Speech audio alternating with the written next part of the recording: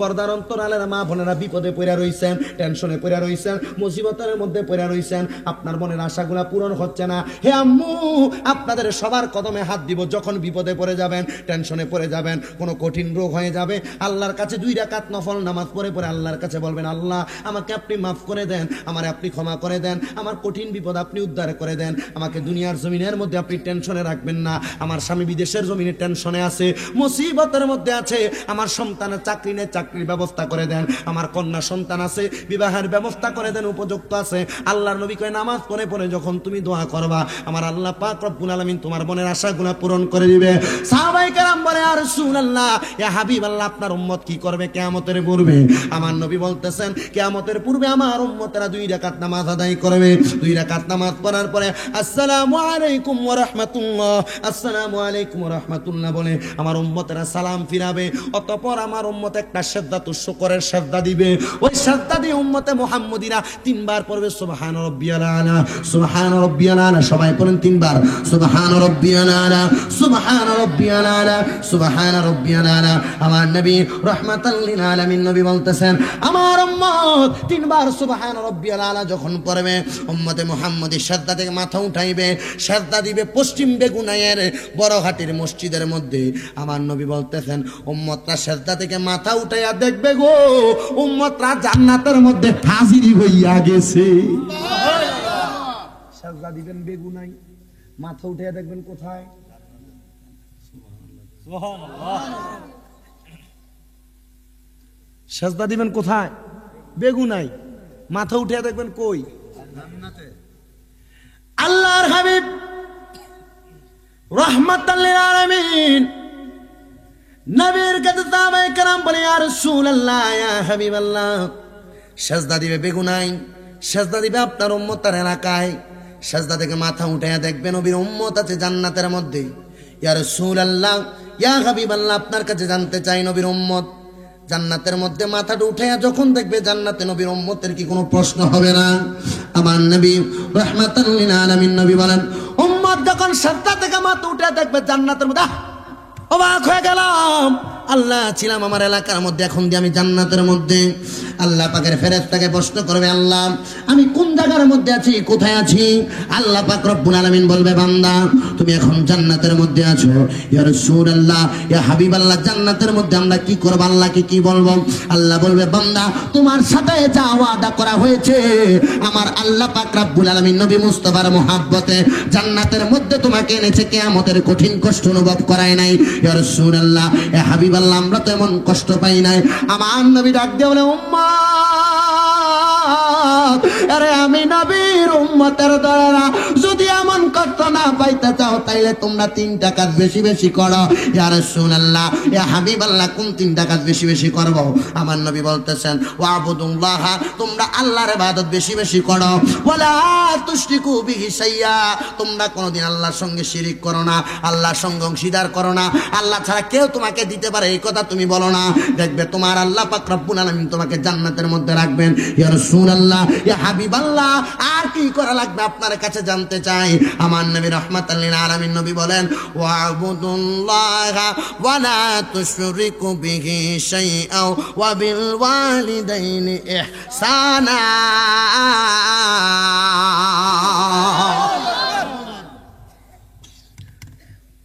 আমার মুসলমান ভাইরাম, আল্লাহ কোরআনুল কারীমের মধ্যে 3 নম্বরে অত্যন্ত সুন্দরভাবে বলেছেন, ওয়াবিল ওয়ালিদাইনি ইহসানা, তোমরা তোমাদের মা বাবার প্রতি সদাচরণ করো, সুন্দর ব্যবহার করো, মা বাবার মনে কষ্ট দিও না, মা বাবার কলিজার মধ্যে আঘাত দিও না। হে বন্ধু, হে নবীর উম্মতের দল, আজকের জান্নাতের বাগানের মধ্যে অনেকে বসেছেন, অনেকের মা নাই, অনেকের বাবা নাই। আজকের মাহফিলের মধ্যে বসে কি লাভ হবে? খোদা কি কসম, শামীম ব্রাদার ওয়াজ শুনে বাড়িতে যেতে পারবে? আল্লাহর কসম তুমি বাড়িতে যেতে পারবে, কিন্তু তুমি বাড়িতে যাইতে পারবে, ওয়াজ শুনতে পারবে, ওয়াজ তোমার কোনো কাজে লাগবে না যদি তোমার মারে মনে কষ্ট দিয়ে থাকো। অনেক সন্তান আছেন, আপনারা 3 ভাই আপনার মাকে আপনার বাবাকে জুদা করে দিয়েছেন। আপনার মা 3 ভাইয়ের ঘরে 3 বেলা খাবার খায়। খোদার কসম একটা কথা মনে রাখবেন, যদি আপনি মায়ের সন্তান বাবার সন্তান হয়ে থাকেন, আজকের মাহফিল থেকে বাড়ি যাবেন, যদি আপনার মা বাবা 3 বেলা 3 ভাইয়ের ঘরে খায়, মা বাবার ডাক দিয়ে বলবেন, আম্মা, হে মা, হে বাবা, আপনি আর 3 বেলা 3 করে খাওয়া লাগবে না। আপনি আমি সন্তানকে জন্ম দিয়েছেন, আপনি 3 বেলা আমি সন্তানের ঘরে খাবেন। আমি শুটকি দিয়ে ভাত খাইলে আপনি আমার সাথে শুটকি দিয়ে খাইবেন, আমি মাছ মাংস দিয়ে খাইলে আপনি আমার সাথে মাছ মাংস দিয়ে খাবেন। তবে আপনাকে আমি ফকিরের মতো 3 বেলা 3 ঘরের দরজায় যাইতে দিব না। এ বন্ধু, আপনার মাকে আপনাকে জন্ম দিয়েছে 3 বেলা 3 ঘরে খাওয়ার জন্য। মা যদি একটা জায়গার মধ্যে খেতে বসে, 3 ঘর থেকে 3টা আইটেমের তরকারি যদি মার সামনে চলে আসে, মার মনটা খুশি হয়ে যাবে। কিন্তু আপনারা চিন্তা করেন, আপনারা কেন মাকে দূরে দূরে ঠেলে দিচ্ছেন? আপনি জানেন না, আপনি জানেন না আপনার রিজিকের মধ্যে বরকত কেন হয় না। আপনি কামাই করেন, কোনো বরকত পাচ্ছেন না। আপনার মা আপনার বাবাকে আপনি ঘরের মধ্যে রেখে দেন, আপনার ঘরের মধ্যে রেখে যা খাইবেন আপনার মা বাবারে তা খাওয়াইবেন। খোদার কসম, ওই মা বাবারে বেশি খাওয়াইতে পারলে, সুন্দর যত্ন করতে পারলে, আল্লাহ পাক রব্বুল আলামিন আপনাকে জান্নাত ছাড়া জাহান্নাম দিবে না। বলেন সুবহানাল্লাহ।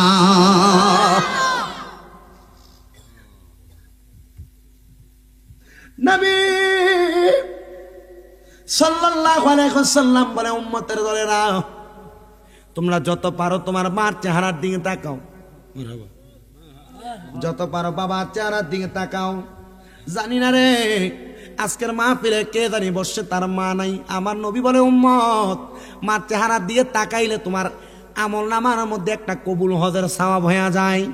ইয়া রাসূলুল্লাহ, ইয়া হাবিবাল্লাহ, নবী আপনার কাছে জানতে চাই, আমি যদি 100 বার আমার মার চেহারার দিকে তাকাই দৈনিক, আমার আমল নামায় কেমন সওয়াব? আমার নবী বলেন, তোমার মার চেহারার দিকে তুমি দৈনিক 100 বার তাকাইলে আমার আল্লাহ তোমার আমল নামার মধ্যে 100টা হজের সওয়াব দিবে। বলেন সুবহানাল্লাহ।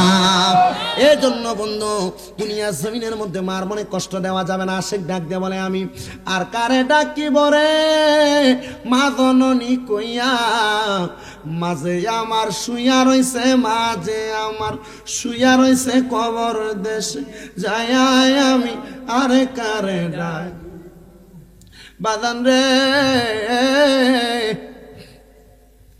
আজকে পশ্চিম বেগুনাইয়ের বড়হাটির নবী প্রেমিক সুন্নি যুব সংঘের উদ্যোগে 7ম বার্ষিক সুন্নি সম্মেলনে যারা বসে গেলাম, আজকের মাহফিলের মধ্যে বৈশা ওয়াদা করো, হুজুর আমার মা বাড়িতে আছে, আমার বাবা বাড়িতে আছে, মা বাবার মনে কোনোদিন কষ্ট দেই নাই।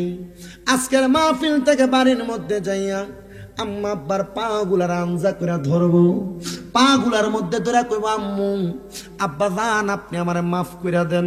কেন রে, এতদিন দি মাফ চাইছস না, আজকে কিনলে গাইছস মাফ চাইতে?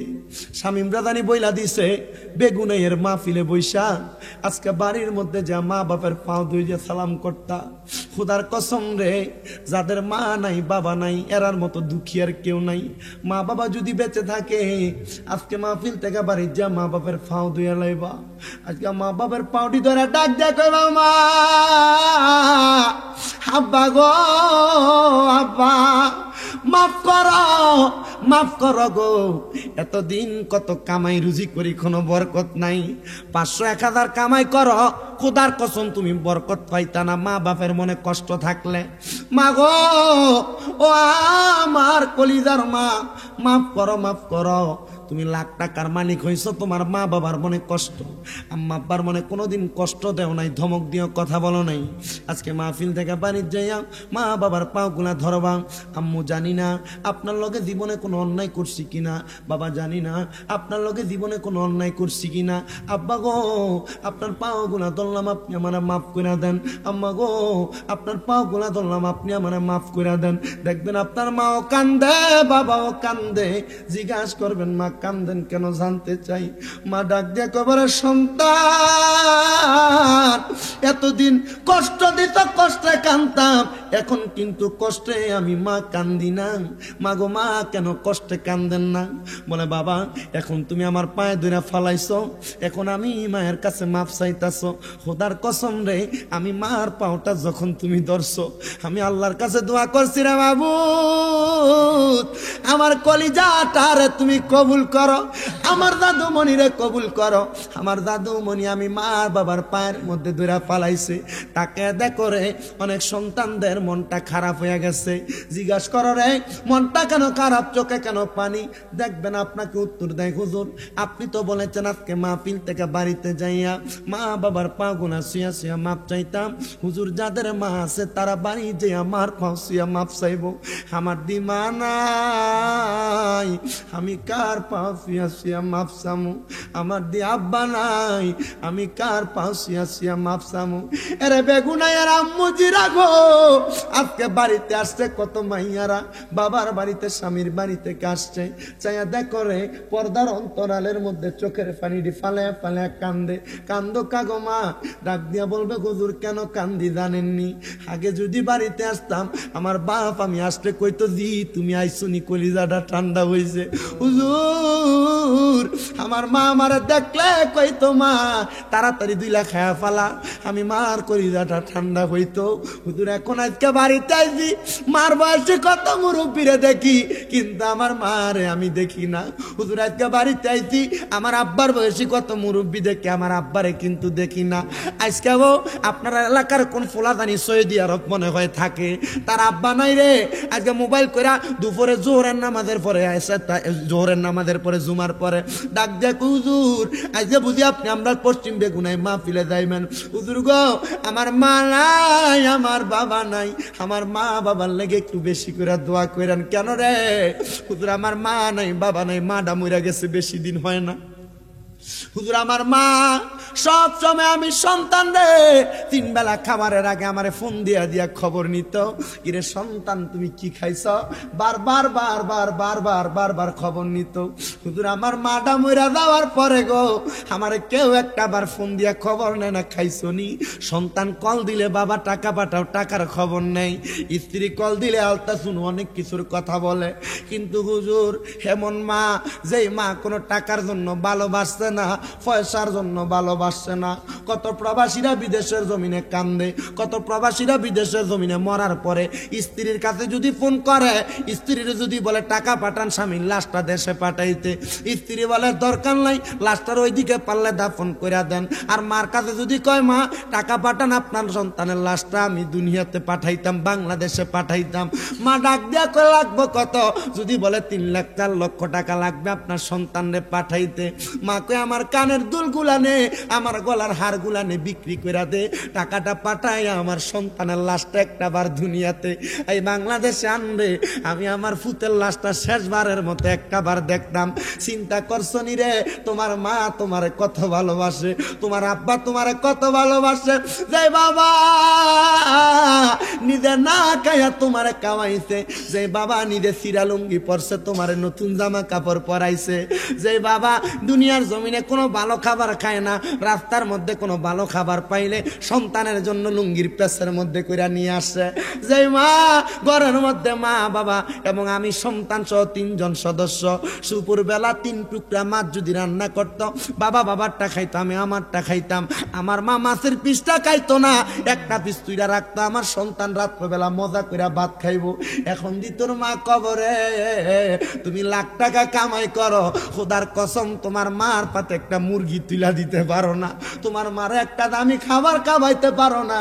আল্লাহর কসম তুমি তোমার এই টাকাগুলা দিয়ে কি করবা? যুবক রে দে তোর কদম আমার সামনে দে, মুরব্বী তোমার কদম আমার সামনে দাও, জিব্বা দিয়া তোমার কদম আমি পরিষ্কার করে দিব। যদি এমন মার মনে, যদি এমন বাবার মনে কষ্ট দিয়া থাকো, আজকে বাড়ির যাইবা আম্মার পাউডি ধরবা, কোনো লজ্জা করবা না, আব্বার পাউডি ধরবা, কোনো লজ্জা করবা না। নবী কয় রে আবু দাউদ শরীফের হাদিস, শুধু মা বাবার পাও ধরবি না, ফাল্লার সময় পাইলে আম্মা আব্বার ফাউডির ভিতরে সুমা দিবি। নবী গো কেন কেন কেন আম্মা আব্বার ফাউডির ভিতরে সুমা দিতাম?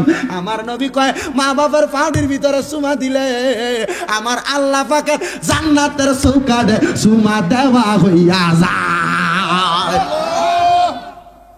এই জন্য আসে কয় জান্নাতের চাবি আমার মা, মাগো জান্নাতের চাবি আমার মা, বলেন জান্নাতের চাবি আমার মাগো জান্নাতের চাবি আমার মা, বলেন জান্নাতের চাবি আমার মাগো জান্নাতের।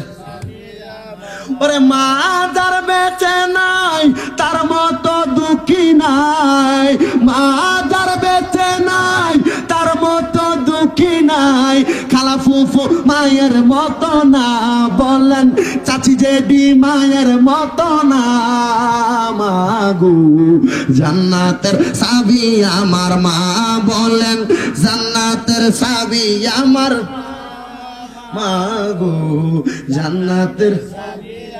ছেলে যদি যাই চলিয়া দুনিয়া ছাড়িয়া, মায়ের বুকটা ফাটে বাইরে কষ্টে যাই ছিড়িয়া, মায়ের বুকটা ফাটে বাইরে কষ্টে যাই ছিড়িয়া, ছেলেরা তুমি আল্লাহ কষ্ট দিও না, জান্নাতের চাবি আমার মাগো জান্নাতের চাবি আমার। ও বন্ধুরে ওই আম্মা আব্বার মনে কোনোদিন কষ্ট দিও না। আসে কয় বাবাকে তোমরা কাবা জানিও, মদিনা জানিও, মাকে যদি গো তারা বেঁচে থাকে, বাবাকে তোমরা কাবা জানিও, মদিনা জানিও, মাকে যদি গো তারা বেঁচে থাকে।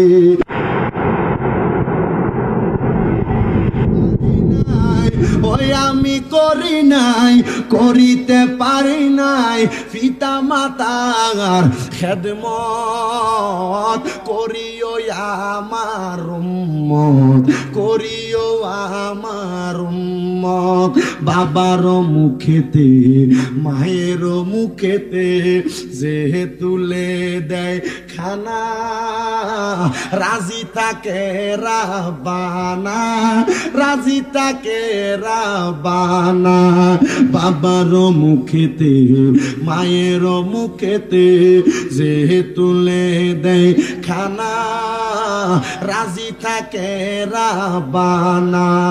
নবী বলে আমি করি নাই করিতে পারি নাই, আমি করি নাই করিতে পিতা মাতার খেদমত, করিও আমার উম্মত, করিও আমার উম্মত। একটা জবান বন্ধ রাখবেন না, জবান খুলে বলেন ওই আম্মা আব্বার খেদমতের দরকার আছে না নাই?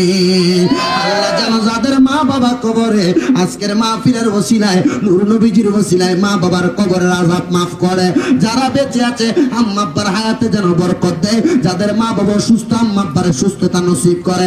আসেন না আমরা সবাই ওই নবীরে দাঁড়ায়া দাঁড়ায়া সালাম দেই, ইয়া নবী সালাম। উপায় কোনো কিছু দুনিয়াতে রাখছেন না। আল্লাহ কয় বান্দা বাতার মতো উপায় রাখছি, তোমরা কেন তালাশ করো না? মাবুদ আপনার কাছে জানতে চাই আমরা কেমনে বাঁচবো। আমার নবী কয় বাঁচার রাস্তা আল্লাহ দেখায় না, আল্লাহ শুধু বান্দারে সৃষ্টি করে দেয়। বাঁচার রাস্তায় আমার আল্লাহ আমি নবীর মাধ্যমে দেখাইয়া দেয়। আরো জোরে কইতেন না সুবহানাল্লাহ।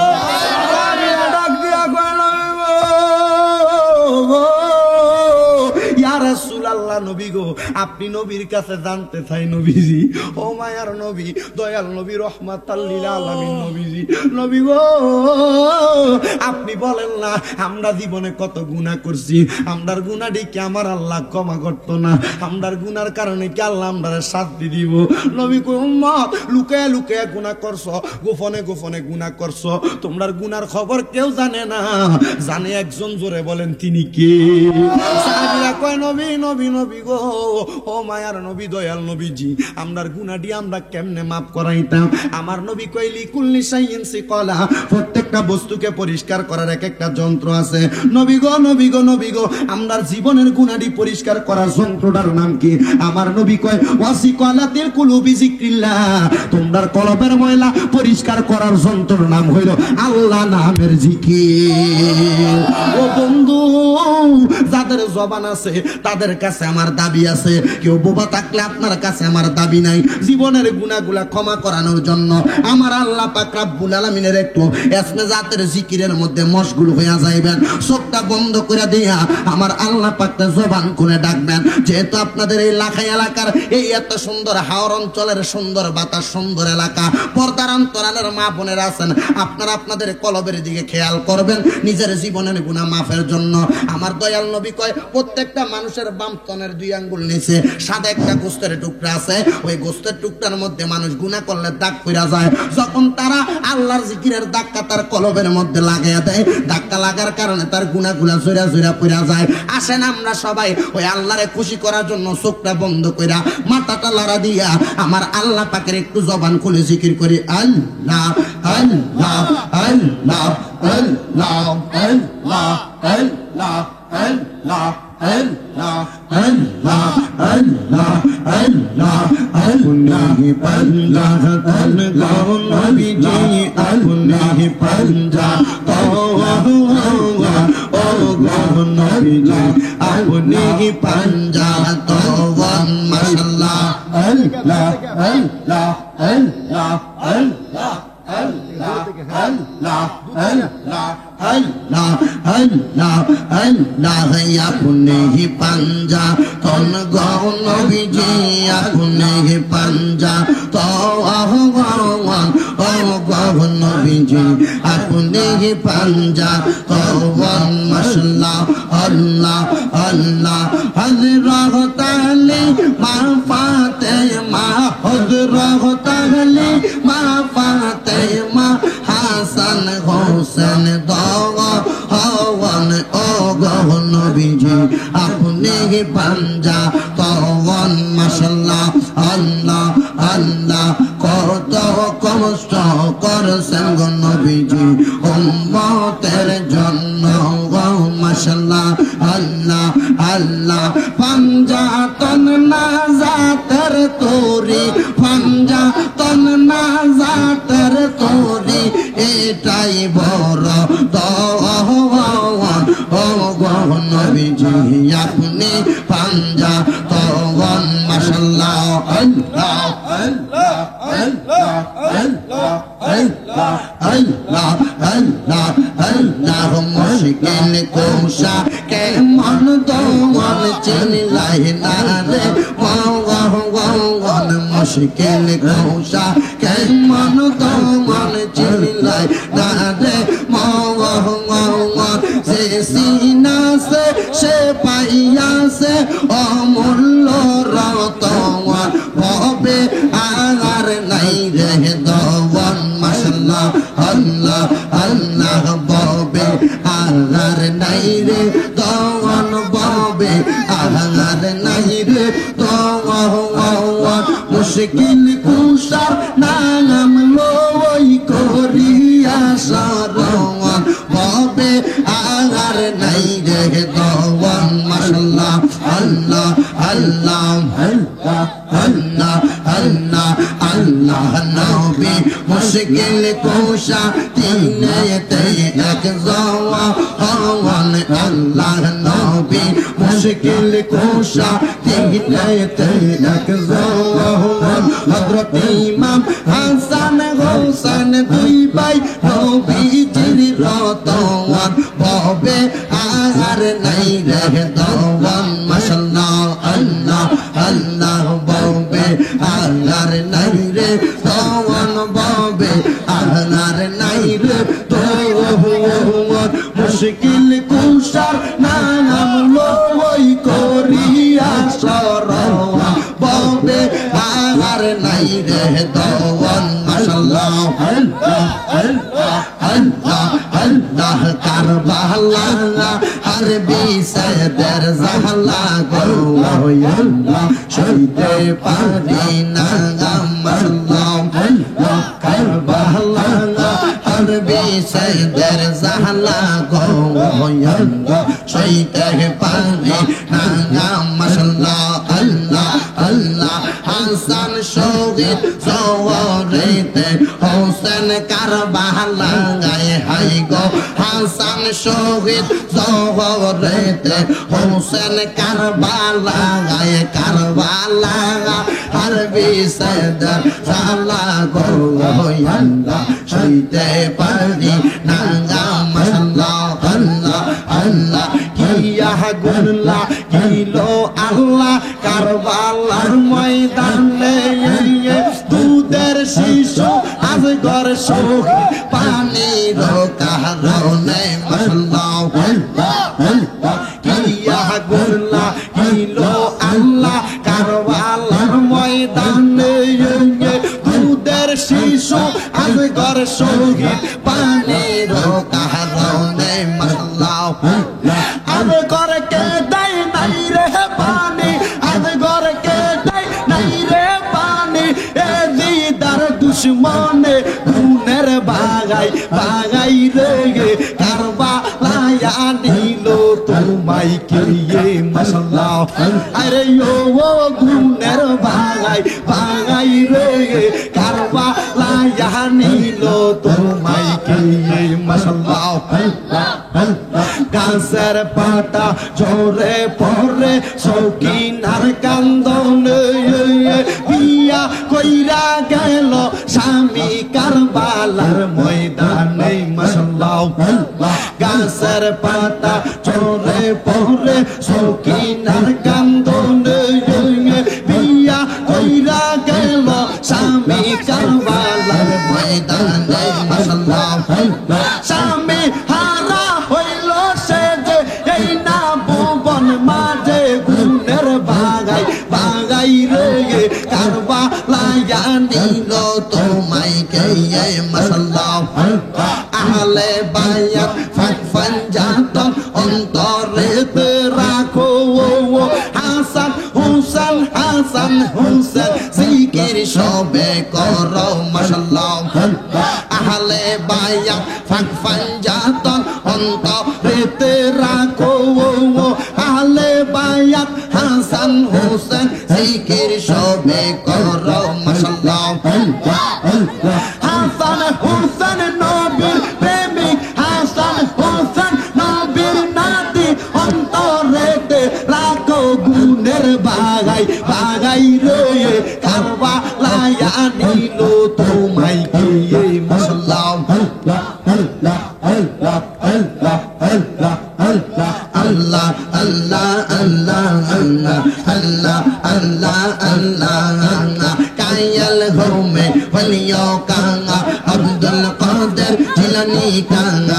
কায়াল ঘুমে বলিও কাঙ্গা আব্দুল কাদের জিলানী কাঙ্গা হযরত খাজা আজমির কাঙ্গা হযরত খাজা আজমির কাঙ্গা যার যার পীর মুর্শিদ কাঙ্গা আল্লাহ আল্লাহ আল্লাহ আল্লাহ আল্লাহ আল্লাহ আল্লাহ আল্লাহ আল্লাহ আল্লাহ আল্লাহ আল্লাহ আল্লাহ حسبي ربي جل الله ما في قلبي غير الله حسبي ربي جل الله ما في قلبي غير الله نور محمد صلى الله نور محمد صلى الله لا إله إلا الله الله الله الله الله الله الله الله الله هو الله هو الله هو الله هو الله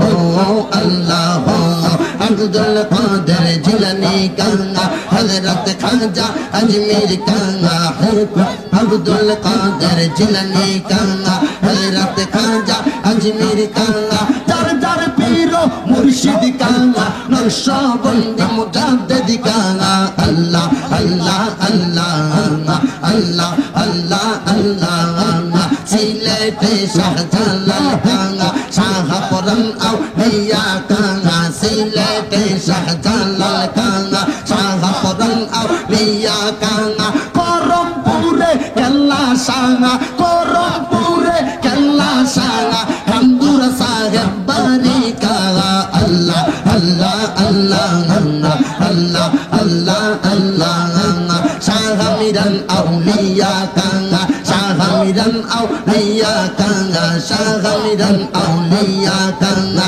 শাহমিরান আউলিয়া কাঙ্গা মতিন শাহ হুজুর কাঙ্গা মুর্শিদ কাবলা যার যার কাঙ্গা আল্লাহ আল্লাহ আল্লাহ আল্লাহ আল্লাহ আল্লাহ আল্লাহ আল্লাহ আল্লাহ আল্লাহ আল্লাহ আল্লাহ আল্লাহ আল্লাহ লা ইলাহা ইল্লাল্লাহ মুহাম্মাদুর রাসূলুল্লাহ সাল্লাল্লাহু আলাইহি ওয়াসাল্লাম। জবান খুলে উচ্চ কণ্ঠে পড়েন আলহামদুলিল্লাহ। তোরা পানি খাওয়াইস না কেমন? কারবাল হয়ে গেছে, জিকির করছি কারবালার, আমার ভিতরে কারবাল হয়ে গেছে। ফানি রাখিস মাহফিলের স্টিক। ও ফানি ভিতরে আছে তো। আরে ফানি তো আই বাইর করে খাইতে বুঝুরে।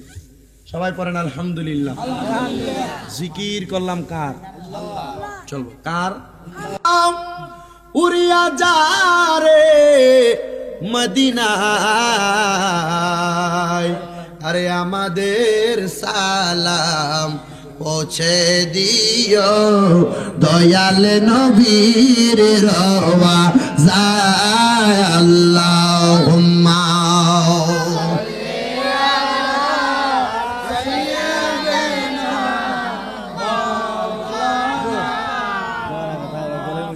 ওয়া আলা আলি সাইয়্যিদিনা।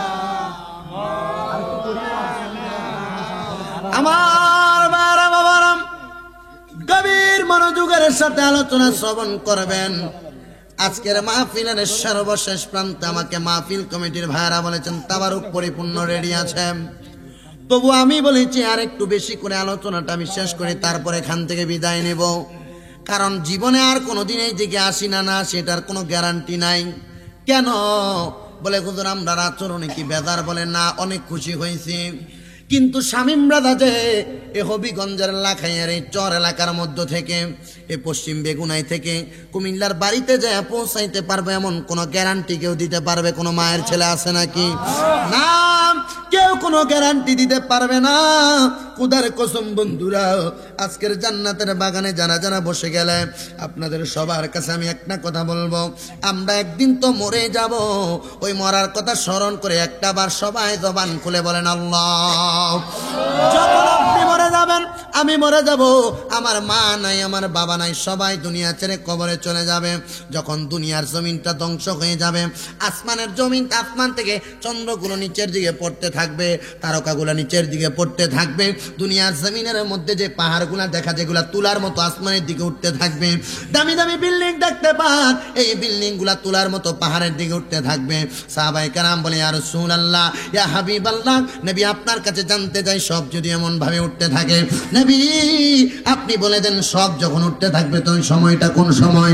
এবার আমার নবীজি আল্লাহর কোরআন থেকে সূরা রহমানের 26 এবং 27 নম্বর আয়াত তেলাওয়াত করে, কুল্লু মান আলাইহা ফানি ওয়া ইয়াবকা ওয়াজহু রাব্বিকা যুল জালালি ওয়াল ইকরাম। জবান খুলে উচ্চ কণ্ঠে জোরে বলেন সুবহানাল্লাহ। আমার মুরব্বি বাবারা, যুবক নওজোয়ান বন্ধুরা, পর্দার অন্তরালের আমার মা বোনেরা, যারা যারা আমার আলোচনা শ্রবণ করতেছেন, আল্লাহ পাক রব্বুল আলামিন সূরা আর রহমানের মধ্যে আমার আল্লাহ সুন্দর করে বলেছেন, কুল্লু মান আলাইহা ফান, তোমরা যা দেখতে পাও তোমাদের চোখ দ্বারা সব একদিন ধ্বংস হয়ে যাবে। ওয়া ইয়াবকা ওয়াজহু রাব্বিকা, শুধু তোমাদের রব যিনি তিনার কোনো ধ্বংস নাই। সাহাবায়ে কেরাম বলে ইয়া রাসূলুল্লাহ, ইয়া হাবিবাল্লাহ, নবী আপনার কাছে জানতে চাই সব যদি ধ্বংস হয়ে যায় আমরা কিভাবে দুনিয়ার জমিনের মধ্যে থাকবো? আর আল্লাহর কেনই বা ধ্বংস নাই, সব ধ্বংস হবে আল্লাহর কেন ধ্বংস নাই? এবার আমার নবী বলতেছেন যুল জালালি ওয়াল ইকরাম, কেন না আল্লাহ অধিক সম্মানিত, অধিক মর্যাদাবান, ওই আল্লাহর কোনো ধ্বংস নাই, ওই আল্লাহ কোনোদিন ধ্বংস হবে না।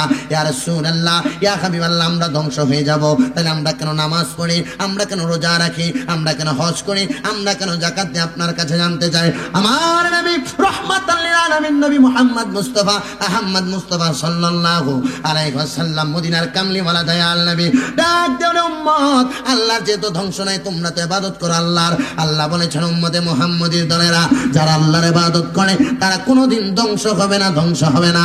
ইয়া রাসূলুল্লাহ, ইয়া হাবিবাল্লাহ, আপনার কাছে জানতে চাই, তাহলে যদি আল্লাহর ধ্বংস না হয়, যারা আল্লাহর ইবাদত করে তারা যদি ধ্বংস না হয়, তারা কি করবে? কিয়ামতের সময় নাকি আসমানের তারকাগুলো নিচের দিকে পড়তে থাকবে। হাদিস শরীফের মধ্যে পাওয়া যায়, কিয়ামতের আলামত সম্পর্কে যখন আলোচনা শ্রবণ করলাম, নবীর হাদিস শরীফের মধ্যে নবী বলেছেন আসমানের তারকাগুলো এমন দ্রুত গতিতে দুনিয়ার জমিনে পড়বে, একটা মানুষের মাথার মাঝখান দিয়ে ওই তারকাটা প্রবেশ করবে এবং পাকস্থলীর পায়খানার রাস্তা হয়ে তারকাটা বের হয়ে যাবে, পাহাড়গুলো তুলার মতো উঠতে থাকবে। নবীর উম্মতগুলো হায় হায় হায় হায় হায় হায় করবে। ইয়া রাসূলুল্লাহ, ইয়া হাবিবাল্লাহ, নবী আপনার কাছে জানতে চাই, সব যখন ধ্বংস হয়ে যাবে, কোনো কিছু যখন থাকবে না, তখন থাকবে কে? আমার নবী বলেন একমাত্র আমার আল্লাহর কোনো ধ্বংস নাই।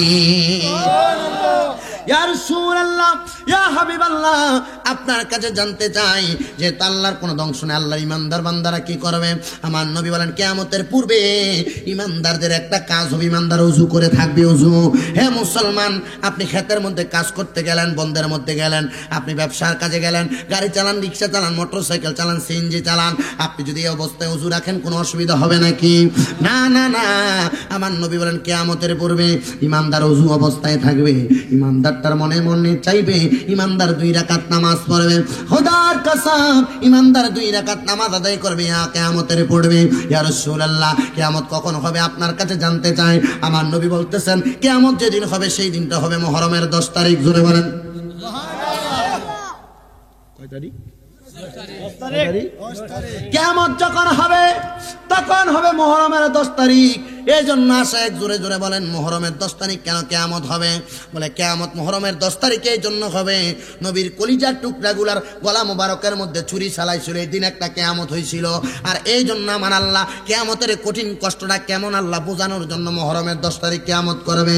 এই জন্য আসে ডাক দিয়ে বলে মুহররমের 10 তারিখে, মুহররমের জোরে কি গোটাইলেন রব্বানা, হায়রে কি গোটাইলেন রব্বানা,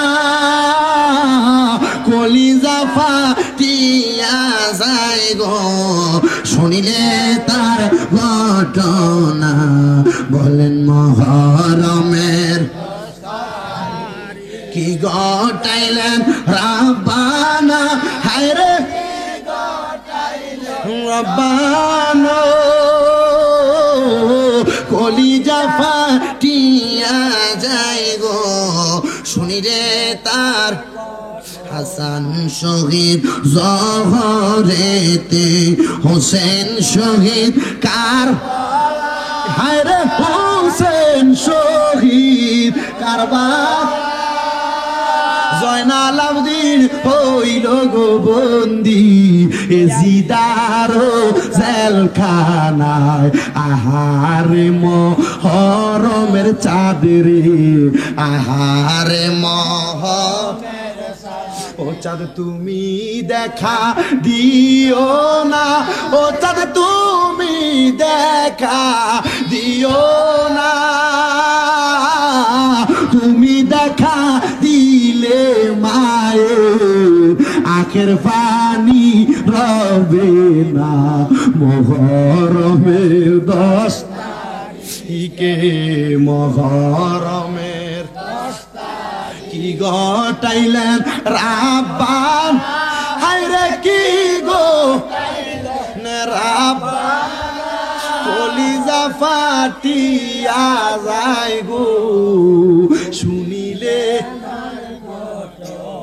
কান্দো না কান্দো না রে জয়নাল, কান্দো না কান্দো না রে জয়নাল, ময়ূর না ময়ূর রোনা রে জয়নাল ময়ূর না মই ও জয়নাল তুমি জয়নাল ময়ূর না জয়নাল তুমি জয়নাল ময়ূর না